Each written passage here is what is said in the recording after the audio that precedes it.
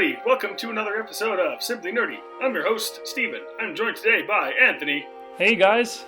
And guess what we're talking about today? We're talking about impressions on Luigi's Mansion and our current thoughts about it so far. Luigi's Mansion 3, I should say. Yes, and it's an amazing game. So let's just get right into it, man. Let's just talk about the story. So, like any Mario Brothers title, the story isn't complex. Luigi just gets a note from Helen, just her inviting him and his friends to her hotel, and they come. Everyone gets trapped by King Boo's frames, and Luigi has to free them at the end. Pretty simple, yeah. Pretty standard Mario story. If you're expecting much out of that, and that's a disappointment to you, then you're probably playing the wrong game. But that's about the extent of my complaints. But like Steven said, we're pretty enthusiastic about this one. Okay, now we're going to get into the gameplay. Because this game takes place in a hotel with multiple floors, Nintendo wasn't tied down to like one big mansion with the same layout wherever you go. Every floor in this hotel is different, charming, full of personality, and other specific challenges and puzzles designed around the environment on each floor. It is insane. Luigi's emotions scream for attention. They are hilarious and fill the game full of charm that previous Luigi's Mansions didn't quite have. Luigi screams, he frequently says, "Oh boy," sneezes when there's lots of dust, and it's just so funny. They put so much charm into Luigi's character this time around. I feel like more than maybe most games that Nintendo makes, I feel like Luigi's Mansion games tended to kind of have a little bit more than the average of expressiveness, but I agree that this time around they've really upped it quite a few notches, and sometimes it's just really fun to see Luigi's mannerisms, even when, you know, they're obviously overdone, but intentionally so. And like seeing how like he'll jump and then like stand there with his mouth opened in horror, and then he grits his teeth for a few seconds before kind of going back to his normal kind of like bent over shaky stance. And I have to admit, there's been times where he gets scared and I just have him face me so I can see his emotions. No, I've done that a few times too. Their attention to detail on all the little small things, you know, the way he reacts to his environment, the way the environment reacts to him, you know, and how expressive they've made everything. Like one thing that I noticed that I kind of really liked, that I hadn't, you know, expected them to put this much detail in, was like one time I was just playing with his flashlight while I was in the elevator, and I noticed that when you're holding the flashlight down to charge it up, he's holding his thumb over it, over the button, and when you release, he mashes his thumb down on the button and then jumps back. And I think you were the one that said that like he gets blinded for a second. Like that's just a ton of detail, so that's something I really liked. Moving into multiplayer, in my opinion, it takes way too long to be able to play with two players. I was watching my sister-in-law play the game. I was just like, "Hey, let's have you start the game, and I will jump in when I can, and I'll help you out, and I'll show you how cool this game is." It took her like an hour and a half before I was able to start playing. I was like, "Man, it takes way too long to do co-op in this game." But however, while I was playing with her, I discovered something really fun about the multiplayer, and that's the fact that you can shoot a plunger on Luigi's head. You can? Yes. If you're Luigi and you shoot a plunger at Luigi, it will stick to the top of his head. Oh boy. But I tried the opposite, and it doesn't work. It just goes right through Luigi. Oh. But for Luigi, it's just right on there. It's awesome. Anyway. That's goofy.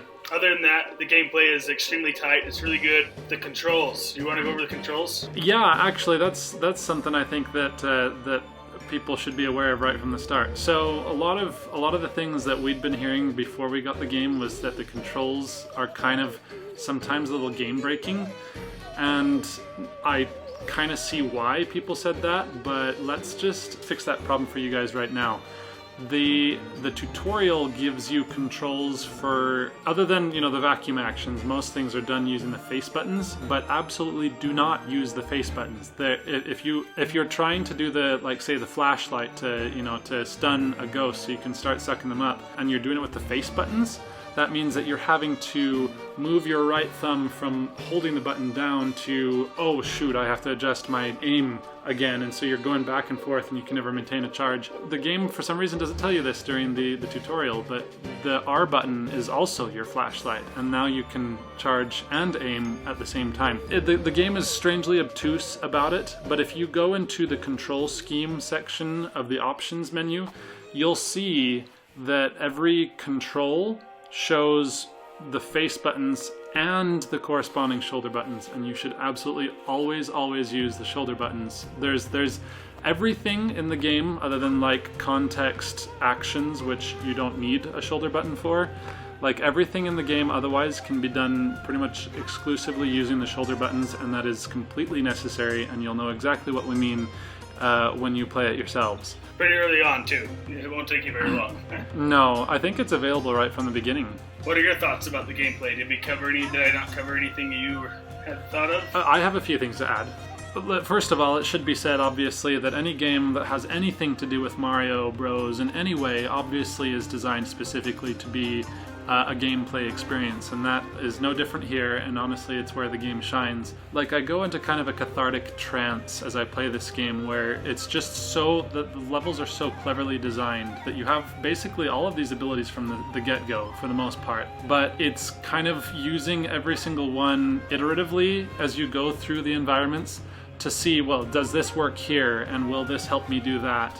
That just kind of, it's like peeling back the layers of an onion. You know, you find out what gets rid of that first layer, and then you get to go move on to the next, and it's just these really fun environmental puzzles that ultimately end up rewarding you with gems or money that so far I'm not very far in the game, but so far I haven't found the use for those yet. But it teaches you as you go throughout the game what those abilities can do for you as you go throughout the game. Yeah, and honestly, the thing is like, it really rewards you for curiosity and like just critical thinking. I can't help but like in every room checking every corner, like pressing the X button on everything that can be explored, and then trying my plunger on flat surfaces to see if it will move things out of the way, and Yep. Using the boost jump to see if it knocks things loose so that I can find things that were previously hidden or what have you. Like, it's eating up all the furniture with your vacuum. Yeah.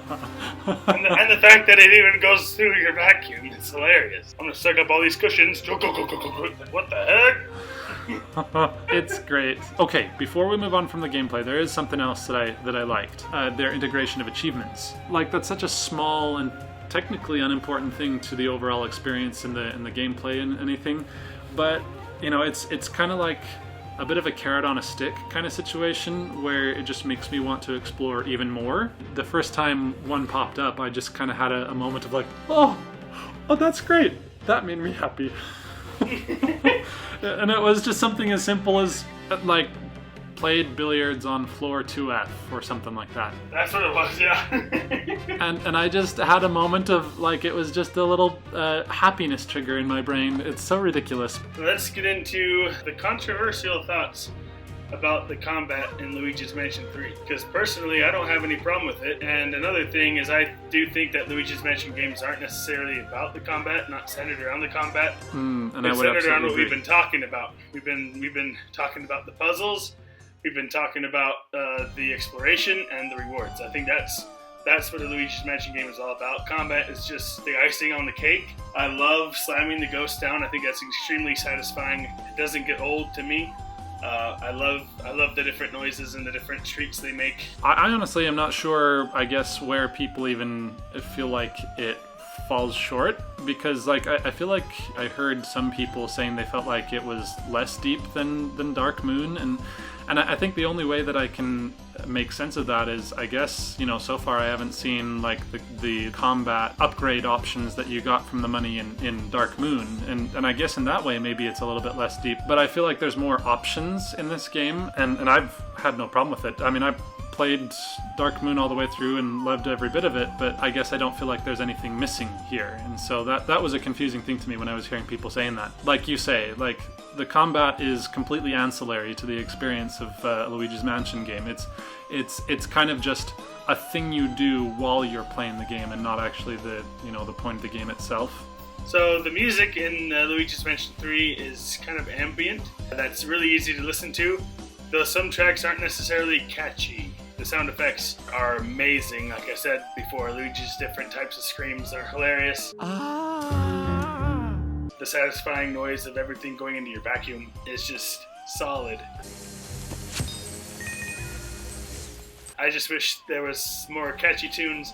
I also noticed that Luigi doesn't hum the music anymore, and I kind of missed that because I thought that was an extra layer of charm on Luigi's character. I'm not super far yet, so I haven't heard many of the tracks. I've noticed a few that are kind of throwbacks to the older games, and then some others that are just new. But like you say, I feel like the music is made to be kind of a backdrop to your exploration, and it's supposed to be atmospheric and ambient, like you say, which is perfect for what the game is going for. That kind of makes it so that it's not necessarily like great listening material outside of the game, but sometimes that's exactly what you need for a game like this. I have no complaints. And like you say also, the sound design is very well done. Alright, Anth, let's move on to graphics. So, in my opinion, Anthony, this is probably the best graphics on the Switch to date. There's a lot of people that agree with you. Not you? I think they probably are somewhere very near the top. Fight me. Do it. Fight you? I'm not fighting you. Fight me. No. I'm just kidding. Goober. That's not to say that I'm disagreeing about the sheer graphical power too. It's a beautiful looking game. It's just not something I tend to notice when I'm playing. We're going to performance now. This is the one that I do put a great stock in. So Anthony, this game runs at a solid 30 frames per second. I wish it was 60, but honestly, you kind of can't tell. It runs really smooth. I've only played docked for the most part. I played a tiny bit handheld, but I haven't really noticed any frame drops in either mode. I don't know about you. You play more handheld than I do. Have you noticed any frame rate drops in your handheld play? Well, with Luigi's Mansion, it just tells you how little I've been able to invest in it just yet. But I haven't tried it in handheld yet. But I can also say that I haven't noticed when there was any frame rate drops. But I also agree with your original statement. I feel like, for me, frame rate, it's not a matter of absolute numbers. It's a matter of consistent numbers. Like, I far prefer a solid, steady 30 FPS than a stuttery 60. If you're going to offer me 60 FPS while still having everything else uncompromised, then sure, I'll take it. The way that they've managed to balance everything in this game so well to make it run smoothly at 30 FPS, and yes, I'm going to call that smooth because it is. It sticks to that. This is a solid game, and yes, it runs at 30 FPS, but it sticks there good, and I think it performs really well. Alright, now we're looking into our last bit, replay value. It depends if you're a completionist or not, but it's hard to say since we ourselves haven't beaten the game yet. I think there's plenty here to come back to. There's a lot of multiplayer options which I have not been able to delve into at this point. Maybe there's not a ton of staying power. It's hard to say without having experienced it, but it seems like there's a meatier adventure than usual in this case, and there's plenty of diversions in the multiplayer modes as well that seem like they could provide plenty of material here. The lasting appeal of this game certainly appears to be on the strong side. Basically, we just have really enjoyed this game so far, and we're both pretty early on. At least I know I am, and it sounded like you, Stephen, weren't super far ahead of me. I'm on floor 8. Okay, I don't know, maybe you are. So we'll come back when we finished it and let you know our final thoughts. We'll have our rating ready then. But Anthony, based off of what you played right now, what would you rate it if you had to rate it right now? I would definitely recommend it. And so far, I think I'm sitting at a healthy 9.5. I have very few things that I can find to complain about, and that in itself is a great thing. And I just feel like this is the best that Luigi's Mansion has had to offer so far. It brings so many more options, so much more detail. It brings all of the things, the quality of life improvements that were present in Dark Moon that I really liked, but mixed that with the level structure of the original, which I think is superior. I'm really happy that the mission structure is gone. I love just having the mansion to explore, and but at the same time still having a lot of those improvements that Dark Moon introduced. And don't get me wrong, I loved Dark Moon, but being able to have a free exploration aspect is superior. And so I just feel like it's kind of a marriage of the best things about the first two games, and just with all these nice quality of life improvements on top that just make it so far my favorite in the series. And I'm not even that far yet, so it's off to a good start. You got anything else you want to add, Anthony? I think that's it for now. We'll just have to give our thoughts in the end once we've finished. Yep, and look forward to that. And if you are looking forward to that, you should probably subscribe so you can see that future video. You've heard it here first. Luigi's Mansion 3 is the best in the series, and it looks great, runs great, feels great, makes you feel great. So why don't you be great and get the game? Indeed. And you'll have to let us know your thoughts, if you played it or not in the comment section below, and let us know what you think. You've heard it first, and until next time, keep it nerdy.